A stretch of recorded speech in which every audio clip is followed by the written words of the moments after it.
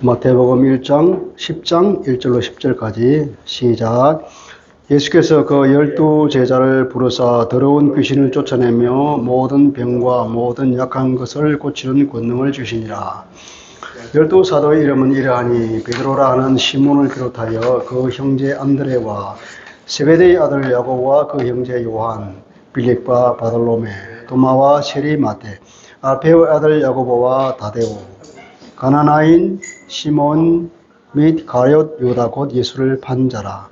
예수께서 이 12를 보내시며 명하여 이르시되 이방인의 길로도 가지 말고 사마리아인의 고리도 들어가지 말고 오히려 이스라엘 집의 잃어버린 양에게로 가라. 가면서 전파하여 이르되 천국이 가까웠다 하라. 병든 자를 고치며 죽은 자를 살리며 나병 자를 깨끗하게 하며 귀신을 쫓아내되 너희가 거저 받았으니 거저 주라. 매희 전대에 금이나 은이나 동을 가지지 말고 여행을 위하여 배낭이나 두벌 옷이나 신이나 지팡이를 가지지 말라. 이는 일꾼이 자기의 먹을 것 받는 것이 마땅함이라. 어떤 성이나 마을에 들어가든지 그 중에 합당한 자를 찾아내어 너희가 떠나기까지 거기서 머물라. 또 그 집에 들어가면서 평안하기를 빌라.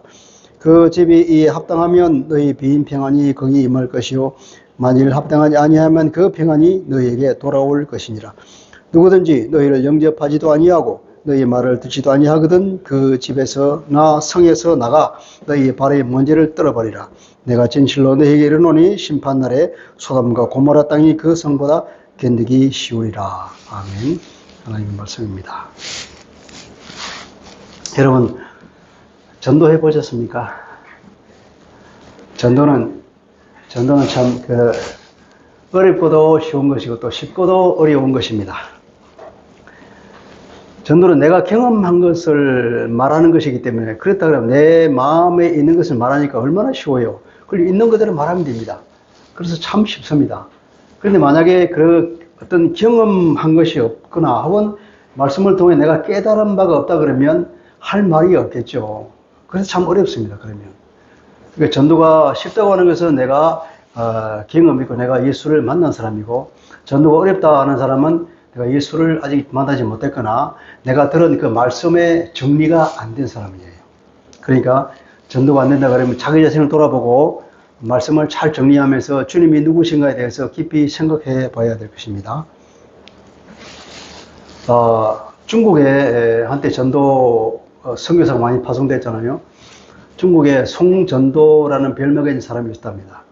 이름은 안 알려져 있는데 찾으면 나오겠지만 너무 전도를 많이 하니까 사람들이 별명으로 전도라고 붙였대.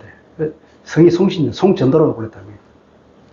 얼마나 전도를 많이 했던지. 근데 그 사람은 자녀들이 놀라운 복을 받았다 그래요. 그 첫째 딸이 누구냐면은 바로 그 중국의 그 유명한 장제스의 부인이라고 합니다. 그 나머지 자녀들은 전부 다 정치적으로나 관료적으로나 굉장히 출세했단 거죠. 그래서 대만에 높은 지위를 다 가지고 마치 그 대만의 어떤 귀족 가문과 같은 그런 가문이 있더라 그래요. 물론 우리가 세상적인 이 복이 우리가 추구한 바는 아니지만 어쨌든 그렇게 전도에 열심히 하니까 하나님께서는 그 사람을 참 좋게 봐서 그 자녀들에게 앞길을 놀랍게 열어줬다는 것이잖아요. 이렇게 전도를 열심히 하면 하나님께서 참 기뻐하시는 것 같아요. 우리가 오늘 본문을 읽었습니다. 주님께서 12제자를 세우시고 사도가 되죠. 전도를 내보내는 이야기를 오늘 우리가 읽었습니다. 자, 첫째 우리가 여기서 보냄을 받은 사람들이라는 걸 한번 생각해 볼 수 있습니다. 그 파송을 했다 그러잖아요. 파견한 겁니다. 파견을 하면 그 사람은 누구의 권위를 가지고 합니까? 파견한 사람의 권위를 가지고 가죠. 파견한 사람의 권위를 가지고 또 권능도 가지고 가잖아요. 그래서 그 파견한 사람은 보낸 사람의 그 임무를 수행하기 위해서 합당한 권위와 어떤 그 권능을 가지고 갑니다. 자, 여기서 보면은 그 사람을 보냈다. 보낸 사람들을 우리가 지금 사도를 영어로 뭐라 그럽니까? 아시는 분? 사도를 어파슬이라고 영어로 그 파스리라는 말은 헬라어에서 나온 말인데, 아포스톨로스에서 나온 말입니다. 그 아포스톨로스는 어디서 나오냐? 아포스텔로라고 하는 동사에서 나온 말입니다. 아포는 앞으로는 거, 스텔로는 보내는 겁니다. 그러니까 특별한 미션을 주어서 파견하다 하는 것이 아포스텔로고, 그렇게 파견된 사람을 아포스톨로스라고 하는데, 이 말이 나중에 번역일 때 사도라고 하는 말로 번역이 되었어요. 그러니까 사도라고 하는 말은 문자적으로는 파견자예요. 파견자. 보냄을 받은 자, 파견자. 예수님이 파견한 사람이란 말이에요. 그게 사도라는 거죠.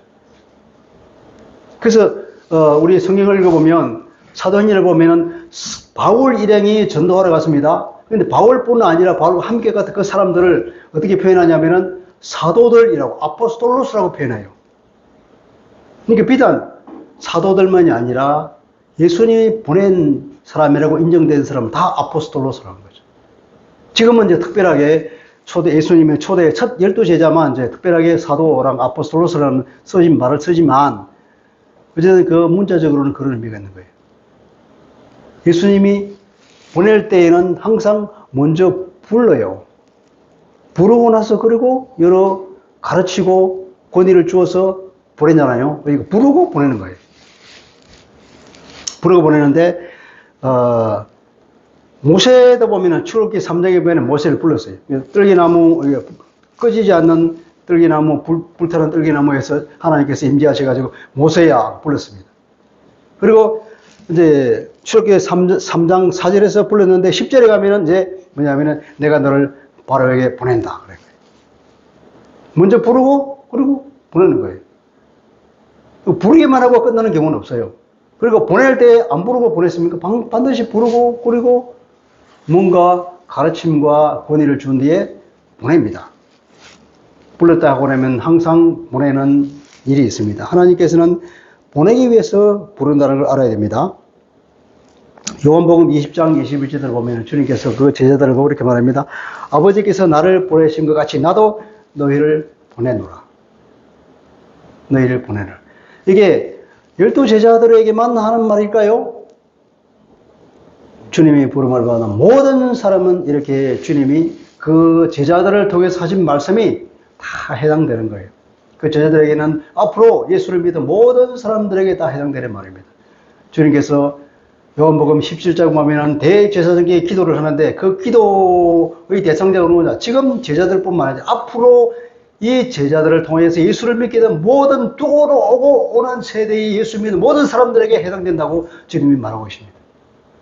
그러니까 이 제자들에게 하는 주님의 말씀은 오늘날도 하나님의 부름을 받은 모든 사람에 해당되는 줄 믿습니다. 구세군의 창시자 윌리엄 부드레가 이런 말을 했다고 합니다. 성도는 구원받은 존재인데 왜 구원을 받았느냐? 남을 구원하기 위해서 구원받은 존재라고. 내가 예수님을 알았습니다. 부름을 받았습니다. 그래서 구원을 받았어요. 왜 구원을 받았냐? 아직 구원을 모르는 사람을 구원하라고 너를 먼저 부른 거야 하는 거죠. 그렇게 하나님의 나라라고 하는 것은 교회를 통하여 일을 하시는데, 교회는 누구냐 하면 먼저 부름받아, 먼저 구원받는 사람으로 구성되어 있잖아요. 그러니까 예수님도 혼자 그 당시에는 막 전도를 했는데 혼자 하기가 버거워요. 그래서 제자들을 훈련시키고 그리고 양육하여서 예수님 대신에 일을 하도록 보내는 거예요. 그리고 나중에 예수님이 이 땅에 안 계실 걸 대비해서 그 제자들을 남겨놓는 거예요. 그 남겨놓은 제자가 뭐냐? 예수님의 교회라고 그러잖아요. 베드로에게 하나님께서 예수가 누군지 알겠습니다. 주는 그리스도시요 살아계신 하나님의 아들입니다. 그러니까 예수님이 바요나 시몬아 네가 복이 있다. 이를 내게 알게 하시는 육신의 아버지가 아니라 하늘에 계신 내 아버지가 내게 친히 알려주는 것이다. 바로 이 고백 위에, 이 신앙 고백 위에 내 교회를 세우겠다. 주님 말씀하시고, 이제 주님이 나중에 성천하시고 난 그 이후를 대비하여서 제자들을 남긴다. 제자가 또 제자를 남기고, 그것이 교회가 되는, 이 교회를 통하여서 하나님의 구원 계획을 완성하시겠다고 하는 것, 이것이 분명한 하나님의 계획입니다. 그래서 이 교회에 소속된 모든 사람들은 바로 이 하나님의 구원 계획의 완성을 위하여서 부름받은 사람들이죠. 여러분, 그것을 마음에 깊이 새기시기 바랍니다. 그래서 부름받은 사람들은 모두가 보냄을 받은 사람입니다. 베드로전서 2장 9절은 이렇게 말합니다. 너희는 택하신 족속이요 왕같은 제사장들이요 거룩한 나라요 그의 소유된 백성이니 이는 하면은 이 이유는 너희가 왜 택함을 받았느냐, 너희가 왜 부름을 받았냐, 그리하여 이런 지위를 왕같은 제사장이요 거룩한 나라요 그의 소유된 백성이 되게 놀라운 영광스러운 지위를 주었느냐, 그 이유는 너희를 어두운 데서 불러내요. 어두운 데서 불러낸다. 사단의 캄캄한 그 감옥 같은 데서 불러내서 그의 기이한 빛에 들은 기이한 빛, 영광스러운 놀랍게 신비스럽고 영광스러운 하나님의 빛, 놀라운 하나님의 영광의 나라에 하나님의 나라로 들어가게 하신 그 성삼위 하나님의 아름다운 덕을 선포하게 하시며 그 아름다운 덕, 그 영광스러운 그 덕, 하나님의 놀라운 은혜와 하나님의 어떤 분인지 그 영광스러운 능력과 놀라우신 그 하나님을 선포하려고, 사람들에게 알게 하려고 너를 불렀다 이 말이에요. 그죠? 그러니까 주님이 우리를 부르신 목적은 주님의 아름다운 덕을 선전하기 위함이다. 주님이 어떤 분인가를 모든 사람들에게 오고 오는 세계에 전하기 위하여서 부른 것이다 이 말이에요. 그러게 보냄을 받은 자, 그러니까 파견된 사람들은 반드시 능력을 주시죠. 보낸 사람의 권위를 가지고 갑니다. 나의 권위를 가지고 가는 것이 아니라 나를 보내신 그분의 권위를 가지고, 예수 그리스도의 권위를, 성삼위 하나님의 권위를 가지고 가는 것입니다. 그리고 특별한 권능도 때로는 받습니다. 그 사명을 수행하기 위해서는 난관을 극복해야 되기 때문에 그 난관을 뚫고 나가기 위해서 때로는 놀라운 은사도 주어지죠. 1절에 말하잖아요. 축기와 치유의 권능이 있습니다. 더러운 귀신을 쫓아내며 모든 병과 모든 약한 것을 고치는 권능도 주셨다 그랬습니다. 오늘날에는 이것이 어떤 의미로 받아들일까요? 이것은 상징적으로 보는데 문자 그대로는 될 수도 있고 안 될 수도 있지만 오늘날에는 보면은 나에게 어떤 직분을 주었습니다.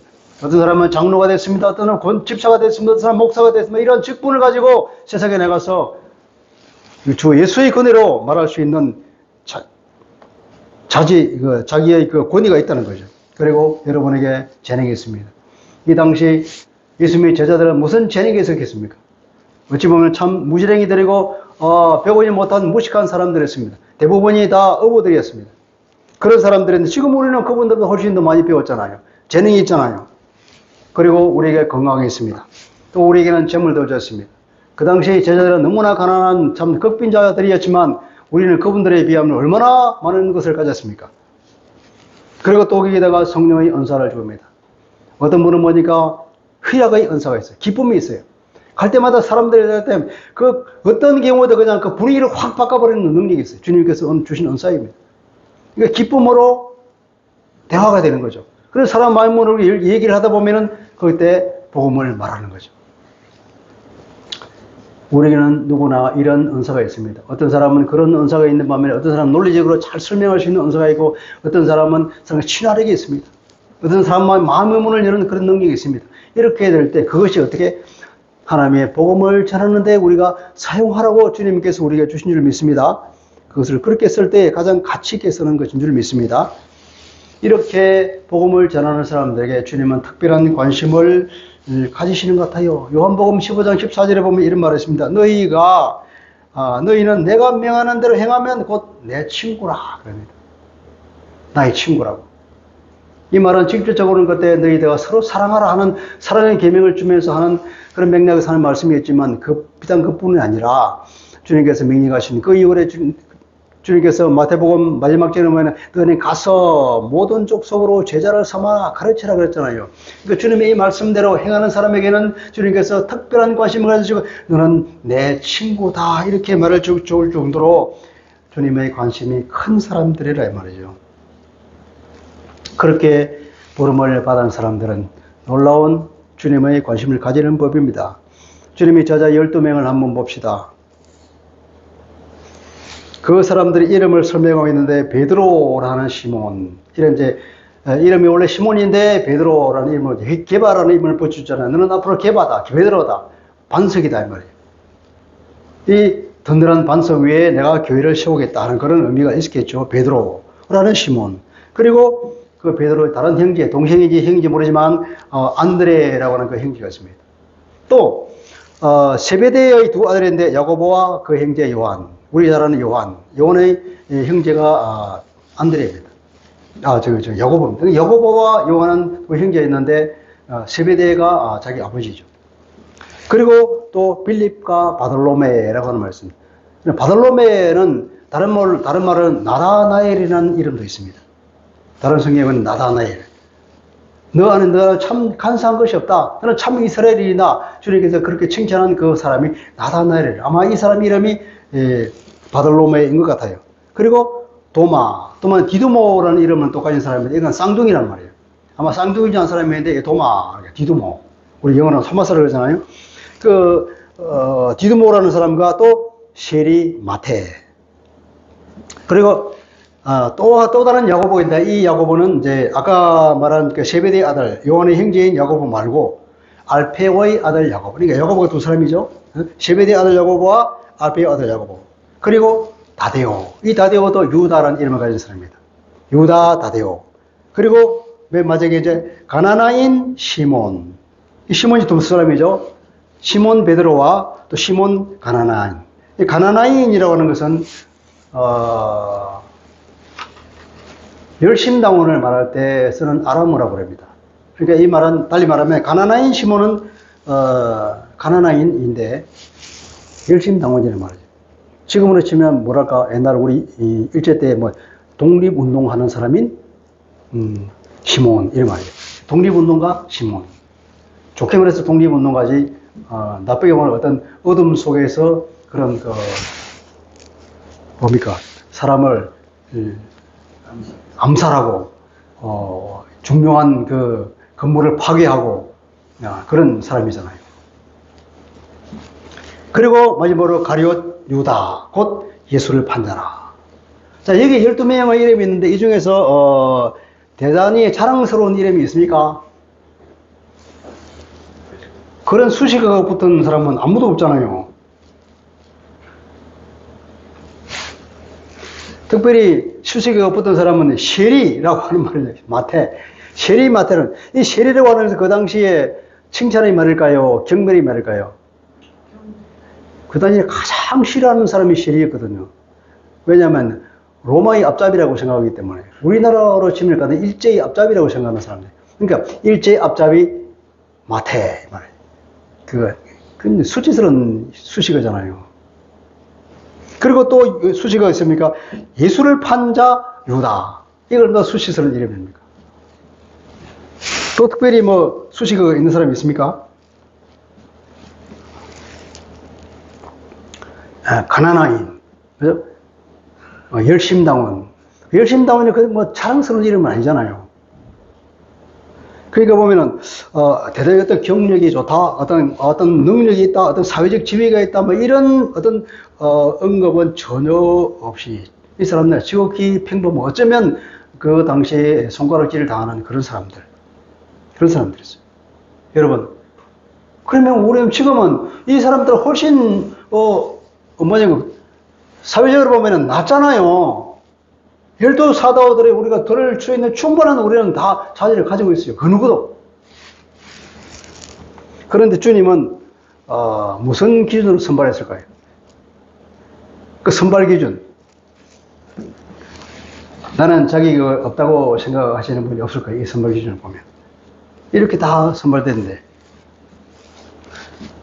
나다나엘은 순전한 마음을 가진 사람입니다. 그 마음에 간사함이 없다. 참 이스라엘, 주님이 칭찬한 사람이 유일하게 칭찬한 사람이 나다나엘이에요. 그 나다나엘 말고는 그냥 또 보면 다른 데 보면 그물을 그려두고 배와 아버지를 버려두고 바로 순종했단 말이에요. 예수님의 콜링에 부름에 바로 그냥 순종하고 그 그물을 버려두고 생업을 그만두고 그 아버지와 배다 버려두고 그냥 예수님을 따른 그 사람. 그러니까 나다나엘처럼 그 마음이 순전한 사람이거나 혹은 주님의 말에 적극 순종한 사람. 이 두 가지만이 우리가 유추해 볼 수 있는 좋은 점이죠.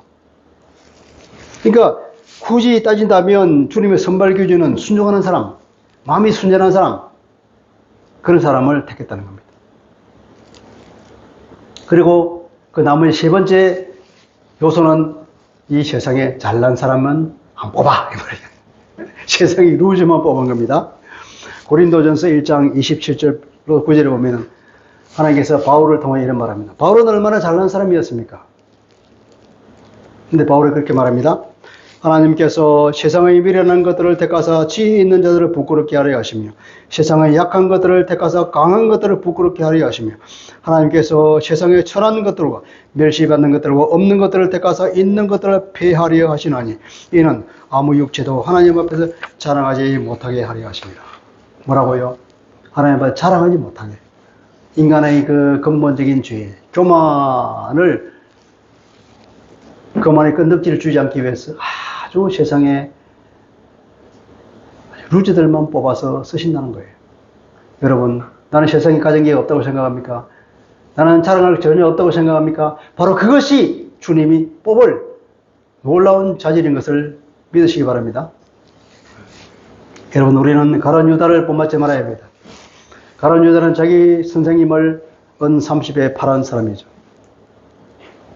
은 30은 무슨 값이냐면 출애굽기 21장에 보면은 노예에 관한 규정이 있는데 어떤 사람이 속아 옆집의 노예들, 남종이나 여자를 떠받쳐 죽었다 치자. 그러면 어떻게 했냐?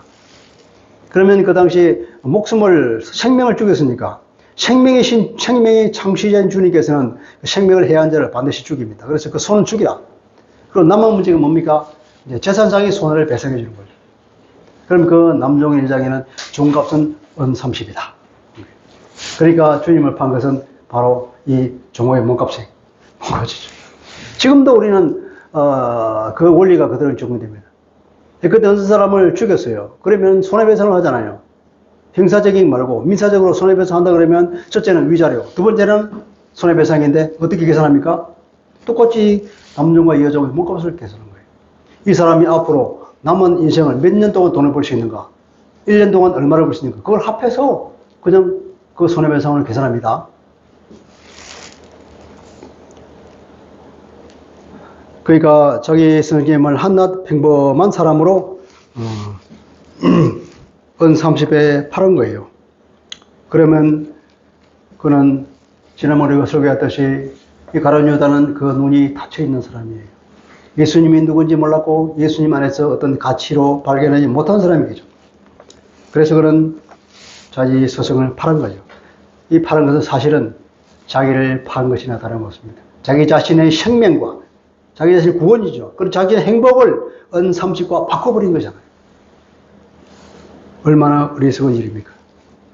이런 어리석음을 우리는 경계해야 될 것입니다. 성경에도 어리석은 사람이 한 사람도 있습니다. 에서 하나님 앞에 장자의 직분을 파죽한 것에 팔아넘긴 그런 어떤 사람이 그랬죠?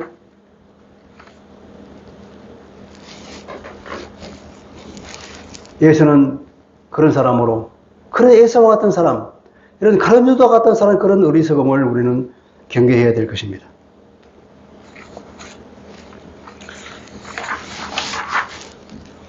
그리고 이제 여기서 두 번째로는 주님께서 이제 전도를 어떻게 하는 것이냐에 대해서 우리가 팁을 얻을 수 있습니다. 첫째 번째 전도는 가는 것이라고 했습니다. 실제로 보면 가면서 전파하라, 가서 전파하라 이 말이에요. 찾아가서 전하라 이런 겁니다.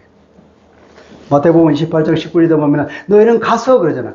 가는 수고가 필요해. 간다고 하는 것은 모든 수고와 어떤 난관을 뚫고 나가는 그런 고통을 다 포함하는 말이죠. 딱 가라는 거야. 가서 부딪혀라. 가서 부딪히는 그런 고통을 감수하라는 얘기입니다. 그런 씨 뿌리는 수고가 없으면 그들은 기쁨도 없죠. 농사를 지으면 가만히 있어서 농사가 안 되잖아요. 가서 씨를 뿌려야 되잖아요. 가서 씨를 뿌려. 간다고 하는 것이 이제 씨를 뿌리는 것만 해당되는 거죠. 씨 뿌리면 끝입니까? 농사를 짓다 보면 방해하는 요소가 너무나 많거든요. 우리가 전도를 하다 보면 사단이 가만히 있으면 강력한 반대에 부딪히는데 그걸 뚫어야 하는 겁니다.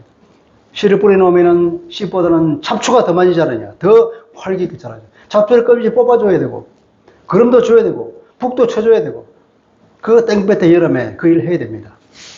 그러고 나서야 결국 가을에 추수를 하게 되잖아요. 그러니까 이런 씨 뿌리는 수고가 없으면 그것을 갖고는 고통을 겪지 않으면 그들은 기쁨도 없는 것입니다. 그래서 전도는 우선 가야 하는 것이고, 가면서, 만나면서 그걸 양육하는 모든 수고와 고통을 감수하지 않으면 그걸 예견하지 않고 뜻대로 갈 수가 없으니까 그런 것을 각오하라는 것입니다. 그러한 내가 지불할 수 있나, 그것을. 기꺼이 내가 지불하겠다는 생각이 있어야 가지요. 두 번째로는 유대인에게 먼저 가라고 하잖아요. 잃어버린 하나님의 자녀들에게 먼저 가라. 이스라엘이 잃어버린 자녀에게 먼저 가라 그랬거든요. 이것은 효율성의 문제입니다. 효율성. 주님이 사후에 어떻게 할 것인가. 먼저 이스라엘의 복음을 전하고 이 이스라엘을 통하여서 사마리아로 가고 땅 끝까지 복음을 전하겠다는 하나님의 주님의 계획입니다. 왜 이스라엘은 먼저 복음을 전해야 될까요? 이 효율성 가장 빨리 할 수 있는 거예요. 이것은 먼저 준비된 바치거든요. 왜냐 그러면 이스라엘 사람 하나님이 누군지 알잖아요. 그리고 메시아 예언을 알고 있는 사람이잖아요. 이 사람들에게는 복음을 전하기가 쉬워요. 뭐라 그럽니까? 천국에 가까이 왔다. 그렇게 얘기를 그러죠. 거기에 묻게 들어가는 거예요. 그래서 효율적이고 두 번째로는 먼저 하나님의 선택을 받은 하나님의 소유입니다. 그 사람들은. 여러분 하나님을 섬기는 하나님의 백성입니다. 그래서 그들에게 우선권이 있는 거예요. 그들에게는 복음을 전하는 게 아주 쉽습니다. 주님이 말하기를 천국이 가까이 왔다. 그렇게는. 그 말의 의미는 다른 말이 아니라 너희 알고 있지, 기다려왔지, 그 메시아가 왔어. 그 누구냐? 예수야. 딱 두 마디만 끝나는 거예요. 그게 얼마나 복음 전하기 쉬워. 그게 효율적이고 먼저 하나님의 백성이 하나님의 소유이기 때문에 그 우선권이 있을 뿐 아니라 효율적이기 때문에 그렇게 말하는 겁니다. 그러니까 오늘 우리에게는 어떻게 적용합니까? 교회를 떠난 성도들에게 먼저 다가가서 어느 날 교회에 어떤 사람이 주소가 안 온다. 그러면 우리 그 사람들을 이미 알고 있잖아요. 연락처도 알고 있잖아요. 집도 알고 있잖아요. 찾아가서 얘기하면 됩니다. 이미 복음을 알고 있기 때문에 구구절절 설명할 필요 없이 그냥 잘 공감을 하면 되잖아요. 효율적이죠. 그죠? 잃어버린 양에게 먼저 찾아가는 겁니다. 그런데 사실은 잃어버린 양에 갔더니 거부당하잖아요. 그래서 이렇게 이방인에게 가는 겁니다. 그런 하나님의 계획까지도 다 들어있는 거죠. 오늘 어쨌든 주님께서 복음을 전하는 그 방법을 우리에게 가르쳐줄 때 오늘 우리가 적용할 때는 교회를 떠난 성도들에게 먼저 복음을 전하고 권고하라. 그리고 전도의 내용은 아까 말한 것처럼 뭐냐고? 7절 말하면 천국이 가까이 왔다 이렇게 외치라 합니다. 세례 요한이 선포한 말도 천국이 가까이 왔다 회개하라 그랬습니다. 예수님도 그렇게 말하셨는데 공생이 시작할 때 외치 첫마디가 천국이 가까이 왔다 그랬습니다. 이제 제자들이 그 말을 선포할 차례입니다. 천국이 가까이 왔다. 천국이 가까이 왔다 하는 것은 하나님의 나라가 가까이 왔다는 얘기인데 이스라엘 사람들의 그 의미가 뭔지 알아요. 오늘 우리에게는 천국이 가까이 왔다, 하나님의 나라가 가까이 왔다 그러면 무슨 말인지 모르죠. 이게 좀 차이가 있는 겁니다. 천국, 하나님의 하늘의 왕국이에요. 하늘들의 왕국인데 하나님의 나라 말이에요. 여호와 하나님이 통치하시는 나라라 이 말이에요. 사탄의 나라에서 하나님의 나라로 이동하는 것입니다. 내가 지금 사탄의 나라에 속해 있지. 이제 하나님의 나라로 옮겨올 수 있어. 하나님의 나라가 왔단 말이야. 달리 말하면 하나님이 이제 통치하셔. 이스라엘로 봐서는 그들에게 하나님을 떠나셨습니다. 에스겔서에 보면 하나님께서 이스라엘을 버렸었습니다. 그 영광이 그 성전을 봐서 떠났습니다. 그들은 버림받은 존재처럼 사는 거예요. 언제나 하나님께서 우리에게 할 수 있는 그 메시아가 올까? 그것만 고대하고 있는 거예요. 그런데 하나님이 다시 오신다. 다시 와서 우리를 통치하신다. 그것처럼 그에게 복된 소식이 어디 있겠어요? 그래서 그게 복음입니다. 하나님이 다시 오셔. 우리를 다시 통치하셔. 하나님의 나라가 다시 오신다면 하나님의 나라가 우리 앞에 열려서 하나님 우리 역시 그 메시아가 왔다 이 말이야. 그가 누구냐? 바로 예수이다. 얼마나 간단하게 복음 전하는 게. 오늘 우리는 그거 쉽지 않죠. 하나님 누군가부터 설명해야 될 거예요. 하나님 모르는 사람들에게. 그래서 메시아가 어떤 것을 설명해야 됩니다. 인간이 어떤 존재인가도 설명해야 됩니다. 이 모든 것이 어떻게 생겨나는 것도 설명해야 됩니다. 그러니까 지금 우리가 복음 전하기 어려워요. 그래서 우리가 복음을 전할 때는 시간을 잘 활용해야 되는 거죠. 시간이 5분밖에 안 남았다 그러면 짧게 5분만 설명해서 되고 시간이 많이 남았다 그러면 1시간, 2시간, 3시간까지 설명할 수 있는 거죠. 이때 이스라엘에게는 가장 간단해요. 메시아가 왔어. 예수가 그야. 그러면 끝나는데 오늘날은 어렵긴 없죠. 그리고 병든 자를 고치고 죽은 자를 살리고 베나바의 권세를 깨끗하게 하고 귀신을 쫓아내되 하잖아요. 거저주라. 이 모든 것들은 뭡니까? 천국 도래의 증거를 보이는 것입니다. 예수님이 그렇게 하셨잖아요.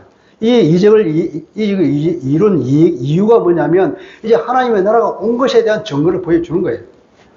오늘 우리에게는 간증하는 것입니다. 내가 깨끗해서 간증하는 것입니다.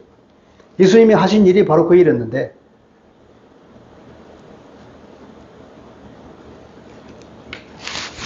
오늘 우리에게 적용할 때는 복음이 뭔지 다소 복잡하고 설명이 필요하기 때문에 이걸 우리가 미리 나름대로 내 나름대로 요약과 정리가 되어 있어야 되는 거예요. 그죠? 질문을 받을 때 어떻게 설명할 것인가. 그리고 거저주라고 했죠. 무엇을 거저주는 겁니까? 주님의 진리와 사랑, 구원. 그 구원을 거저주라는 겁니다. 그래서 뭐라 십자가 복음을 주는 거죠. 십자가 복음에 대한 설명을 해주는 거죠. 귀신을 쫓아내고 치유하는 그 선물도 공짜로 주는 겁니다. 그것이 가능하게 하는 예수를 선물로 주는 겁니다. 예수의 권세를 사용할 수 있도록 그들에게 설명해 주는 거죠. 그래서 구원받은 사람만이 구원을 말할 수 있는 겁니다. 내가 구원받지 않고 그 얘기를 할 수가 없잖아요. 은혜 받은 사람이 은혜를 줄 수 있습니다. 은혜를 받지 않고 어떻게 설명할 수 있습니까? 그래서 처음에 모두에 말한 것처럼 구원은 쉽다. 왜냐하면 내가 경험한 것을 말하면 되니까. 근데 경험한 것이 없다. 깨달은 바가 없다. 말씀이 내가 정리되어 있지 않다. 그러면 어렵죠. 그래서 말씀이 먼저 정리되어 있어야 될 것이고 날마다 내가 그 말씀 가운데 사는 연습을 함으로써 하나씩 경험해 가는 것이 중요한 겁니다. 그리고 여러 사람들의 간증을 많이 들으십시오. 그 간증을 얘기할 수 있습니다. 내가 간증이죠.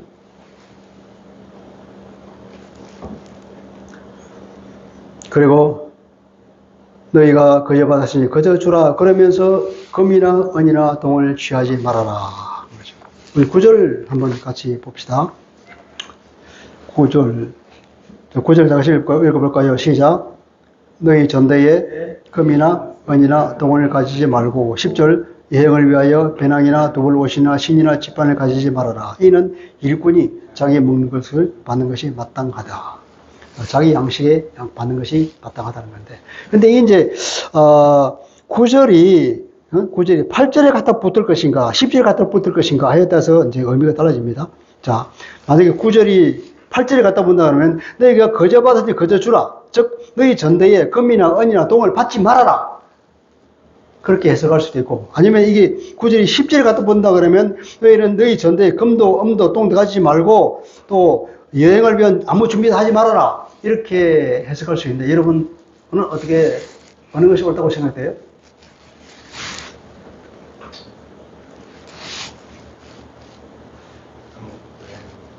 그래서 이제 이게 양쪽으로 다 해석하는 사람이 어떤 사람은 이 8절에 붙어가지고 아무도 받지 마라. 그러니까 어떤 돈도 받지 마라. 그런 의미로 했었고, 어떤 사람은 이 10절에 붙어가지고 어떤 준비도 하지 마. 돈도 준비하지 말고 옷도 준비하지 말고 그런 의미다 하는 건데. 그런데 제가 생각하기에는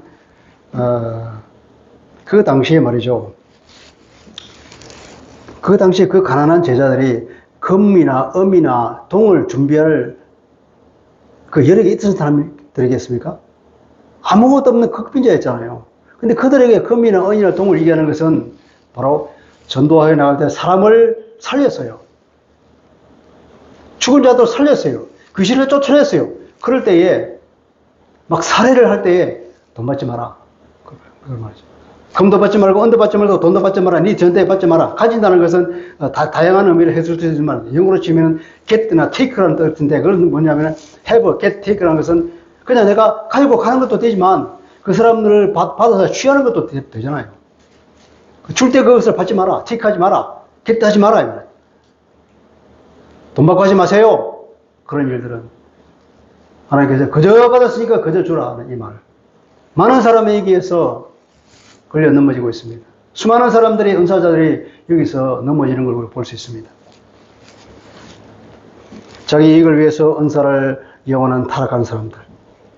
많은 사람이 사탄의 유혹에 넘어가서 결국 거기서부터 전도가 멈춰버리죠. 그리고 두 번째로는 환대자에게 복을 빌어주라. 전도, 그 당시에 전도 여행이 항상 어떤 마을에 갑니다. 전도를 할 때 보면은 마을에 갈 때 보면 어떻게 하라고 그러냐면 주님께서는 뭐라 그랬죠? 10절에 보면 어떤 성이나 마을에 들어가든지 그 중에서 합당한 자를 찾아내라 그랬잖아요. 찾아라. 합당한 자를 찾아내라.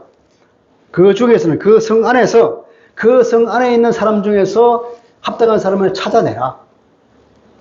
기도하면서 찾습니다. 예수 전도단에 가보니까 전도 훈련하러 갈 때 항상 기도합니다. 이번에는 어디로 갈까요? 묻습니까? 성령이 들었다. 그러면 그래 갔습니다. 이 말에 갔습니다. 그러면 어느 집으로 갈까요? 또 묻습니다. 그렇게 해서 그 집을 찾아가는 거예요. 항상 하나님께서는 그런 사람을 예비해 두었다는 겁니다. 놀랍게도 주님께 준비해 두시는 거예요. 근데 만약에 우리가 그 집에 가서 우리가 여기서 머물고 전도를 하고자 하는데 며칠 있어도 되겠습니까? 그 사람은 거절했다는 거예요. 복음도 안 받았어.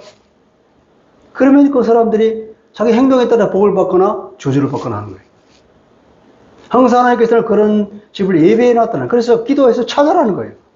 찾아서 그 집에 머물면서 거기 전도 끝날 때까지 거기에만 머물러라. 왜냐? 이쪽 집 옮겨다니지 말아라. 그렇게 어떤 놀라운 일이 있을 때 막 살해한다라고 우리 집 오세요, 저리 오세요. 그렇게 한다고 이쪽 집 돌아다니지 말아라. 유혹에 넘어가기 쉽다. 그 말이죠. 항상 기도해서 찾고 그리고 끝날 때까지 거기 머물러라. 그리고 돈도 받지 말아라. 거기에 주님께서 가르쳐주신 전도의 방법입니다. 그리고 들어갈 때 보면은 그 집에 그 사람에게 복을 빌어주라 그랬죠. 복을 빌어주라 그랬는데 원문을 보면 그런 말은 없습니다. 그 집에 들어가면서 인사를 해라 그럽니다. 인사를 하라. 그런데 유대인의 인사가 뭡니까? 샬롬이잖아요. 그들은 샬롬하고 인사하니까 아마 이것을 그렇게 번역을 한 것 같은데 샬롬하고 말하는 거죠. 그러면 들어가면서 샬롬 하면서 머물러 내리지 물을 때 과연 그 집이 어떤 대답을 할 것인가? 그 대답에 따라서 결과가 달라집니다. 13절에 보면은 그 집이 이 합당하면 너희 빈 평안, 너희의 평안이 거기에 임할 것이요.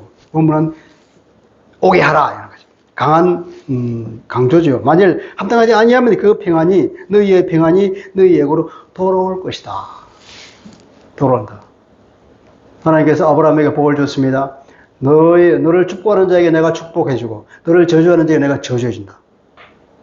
엄청난 복이잖아요. 부메랑의 법입니다. 부메랑의 법.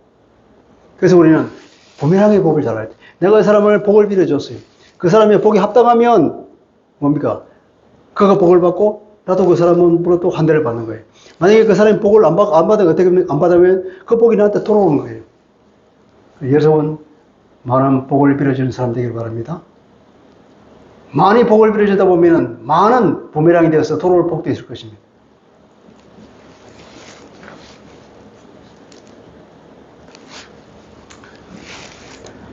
전도자를 영접하는 사람은 예수를 영접하는 것이고 나아가서 하나님을 영접하는 것이기 때문에 이 환대하는 사람들은 복을 받습니다. 그들은 간접적으로 전도에 동참하는 사람이 되죠. 요한 3서 1장 8절 우리가 지난번에 배웠잖아요. 우리가 이 같은 자들을 영접하는 것이 마땅하다. 그 이유는 우리로 진리를 위하여 함께 일하는 자가 되게 하려 하십니다. 진리를 위해서 함께 일하는 동력자가 되는 것이다. 그리고 세 번째는 주님께서 격려의 말씀을 해주십니다. 전도자의 삶은 주님이 보장해 주신다는 겁니다. 아까 우리가 보았죠? 너희 전대에 아무것도 가지 마라. 여행 준비를 하지 마라. 주님께서 다 합의하신다. 이미 너희들의 환대를 여행 경비도 쓸 것도 주고 또 먹고 자고 할 것을 할 수 있도록 사람을 그 가정을 내가 이미 예배해놨다. 찾기만 해라. 이 말이죠. 주님은 전도자를 섬길 환대자를 미리 준비시키고 11절에 보면 어떤 성이나 마을에 들어가든지 그 중에서 합당한 자가 찾아라 그러죠. 찾아. 복음의 가치를 알고 전도자들을 섬길 신앙을 가진 사람 혹은 그를 가능성이 있는 사람들을 주님이 예비해 놓으면 찾아가는 거죠. 구약에도 보면은 주님께서 예비한 사람들이 예를 들고 예가 있습니다. 엘리야를 공개할 사라밧 과부를 하나님께서 미리 예비해 놓으시죠. 엘리사를 도울 수냄 여자도 주님이 미리 예배해 두셨습니다. 그리스도를 따라다니며 도운 여자들도 주님이 미리 예배해 두셨고 바울을 도운 루디아와 브리스길라도 주님께서 미리 예배해 두신 사람들입니다. 하나님께서 이 모든 사람들을 다 준비해 놓으신 것이죠. 우리가 갈 때도 마찬가지로 하나님께서는 예비해 두실 것입니다. 그리고 복음을 거부하는 개인이나 그 성의 운명에 대해서는 주님이 이렇게 말합니다. 14절입니다. 그 집이나 성에서 나가서 너희 발을 먼지를 떨어버리라. 발의 먼지를 떨어버리라. 발의 먼지를 떨어버리는 것은 이스라엘 사람들의 경건한 유대인들의 어떤 관습입니다. 어떤 관습이냐면 이방 지역을 여행하고 돌아왔을 때 그 이방의 그 더러움, 그 부정한 것이 들어오지 않도록 발의 먼지를 떠는 관습이 있습니다. 사도행전 13장 50절을 보면 사도 바울이 바로 이런 행동을 합니다.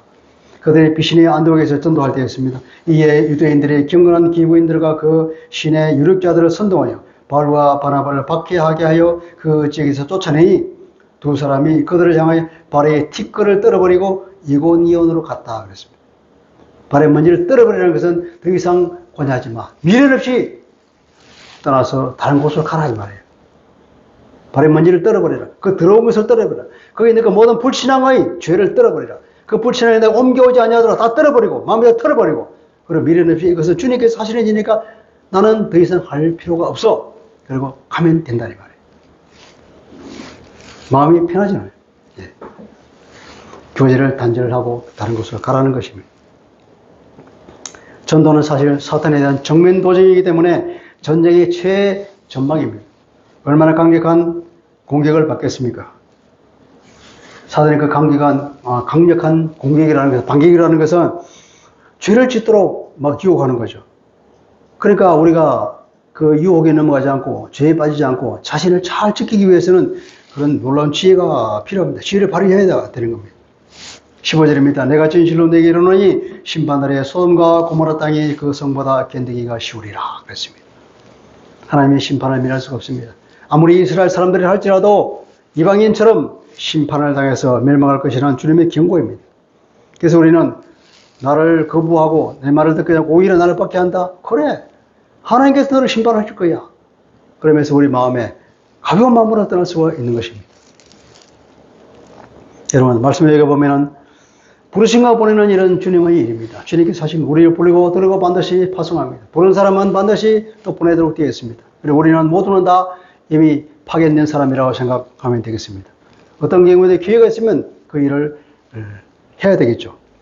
베드로전서 2장 9절도 그랬잖아요. 우리를 그렇게 부른 이유는 바로 그 놀라운 아름다운 덕을 선포하게 하기 위함이라고 그랬죠. 그리고 그런 사람에게는 항상 권위와 권능도 주는 법이고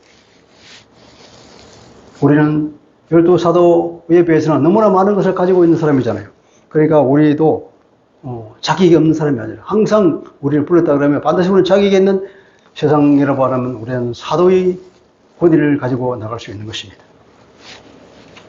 우리에게 필요한 것은 순전한 마음으로 순장만 잘하면 됩니다. 전도의 방법은 아까 그랬죠. 가는 수고를 해라. 잃어버린 양을 먼저 찾아라. 그리고 전도의 내용은 천국에 가까이 왔다 하는 거예요. 우리가 그렇다고 하나님께 약속한 메시아가 있는데 바로 그 메시아가 예수라는 사람이다 하는 거죠. 그 말을 하기 위해서 지금 기본이 안 돼 있으니까 어떤 기본적인 설명해 주는 것이 우리에게 필요하지만 그죠? 핵심은 그거라는 거죠. 핵심은 그거. 제자들이 나중에 나가서 설명해서 뭐랄까? 복음의 핵심은 예수가 그리스도라는 사실. 이것이 복음의 에키스라는 거죠. 예수가 그리스도야. 그것이 복음. 그 한마디를 하기 위해서 우리가 천마디를 버틸 수 있는 거지만 핵심은 거기에 빠지면 절대 안 되는 거죠. 예수가 그대로라는 사실. 메시아가 왔는데 바로 예수가 메시아다 하는 얘기. 그리고 탐욕에 조심해서. 그래서 거저줘야 된다는 거예요. 절대로 동거와 연결시키면 타락한다는 겁니다. 사탄이 그렇게 끌고 가거든요. 그리고 가서 주님이 예비해 놓으신 우리를 반갑게 맞아들일 그 사람을 찾으면 되는 것입니다. 그리고 그에 복을 빌어주고 그곳에만 머물러서 전도하라는 것이었습니다. 그리고 우리에게 주님께서 격려의 말을 줍니다. 전도하는 사람에게는 모든 필요를 다 채워주신다. 그거 보는 사람에게는 내가 심판할 것인가 알아서 그냥 가벼운 마음으로 가면 된다. 떠나면 된다. 그렇게 말씀하십니다. 여러분, 아까 얘기했지만 대만의 그 송전도론을 배밀 가진 사람이 복을 받죠. 주님은 주일에 관심을 두는 사람을 분명히 기억하십니다. 모든 일이 다 이제 세상이 사라지고 내가 죽고 없어지고 세상도 우주도 다 사라질 것입니다. 그러나 주님 앞에서 영원히 남는 것은 따로 있습니다. 주님의 일에 동참한 그 사실, 그래서 영원히 남게 될 것입니다. 가장 가치 있고 영광스러운 것이 바로 주님의 일에 동참하는 것입니다. 그 비근한 애가 바로 복음을 전하는 일입니다. 나에게 있는 모든 자원을 이 일을 위해 사용할 때에 그 자원이 가장 아름답게 사용될 것인 줄 믿습니다.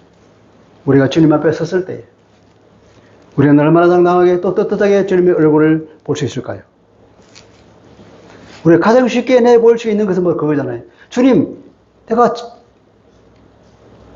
기회를 얻든지 못 얻든지 때만 되면 전도했습니다.